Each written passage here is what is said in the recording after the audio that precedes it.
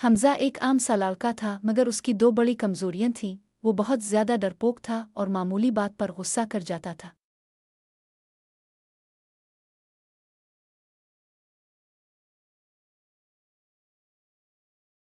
अगर कोई इससे ज़ोर से बात करता तो वो डर जाता, और अगर कोई इसे गलत कह देता तो वो फ़ौरन गुस्से में आकर लड़ने लगता।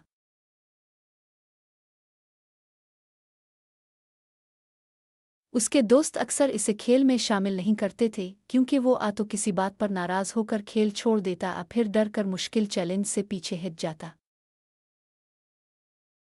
इसके अबू अक्सर कहते, बेटा जो अपने गुस्से और खौफ को काबू में रखे वही असल में बहादुर होता है। एक दिन स्कूल में फुटबॉल का मैच हो रहा था। हमज़ा को भी खेलने का मौका मिला मगर जैसे ही मुखालिफ टीम के खिलाड़ियों ने ज़बरदस्त खेल दिखाया वो डर गया और खेल छोड़कर बाहर आ गया। उसके दोस्तों ने कहा, हमज़ा तुम हमेशा आसानी से हार मान लेते हो। हमज़ा को बहुत शर्मिंदगी महसूस हुई मगर बजाय अपनी गलती मानने के वो गुस्से में आ गया और दोस्तों से झगड़ा कर लिया। घर आकर हमज़ा ने गुस्से में सारी बात अबू को बताई।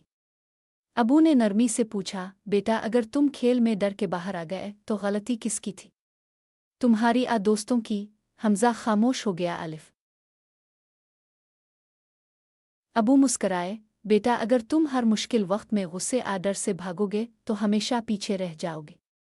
बहादुर बनने का सिर्फ एक ही तरीका है, अपने खौफ का सामना करो और गुस्से पर काबू पाओ। अगले दिन हमज़ा दोबारा फुटबॉल ग्राउंड में गया। इस बार इसने खुद से कहा, मैं हारूं आ जीतूं मगर मैं डर के पीछे नहीं हटूंगा। मैच शुरू हुआ। एक मौके पर मुखालिफ टीम के एक खिलाड़ी ने इसे चिल्ला दिया, तुम तो फिर भाग जाओगे।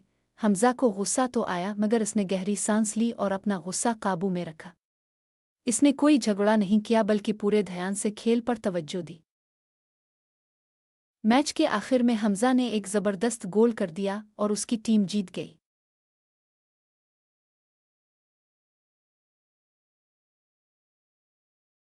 अब हमज़ा पहले जैसा नहीं रहा था। वो गुस्से में आकर झगड़ा नहीं करता था बल्कि तहम्मुल से सोचता था। वो मुश्किल कामों से पीछे नहीं हटता था बल्कि हिम्मत करके उनका सामना करता था। दोस्तों ने भी इसे पसंद करना शुरू कर दिया क्योंकि वो अब ज़िद्दी या डरपोक नहीं रहा था।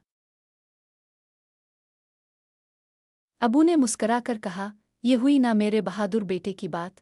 और हमज़ा समझ गया कि असल बहादुरी यही है कि हम अपने गुस्से और खौफ को काबू में रखें।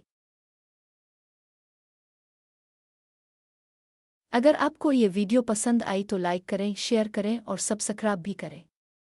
फिर मिलते हैं, बाय बाय।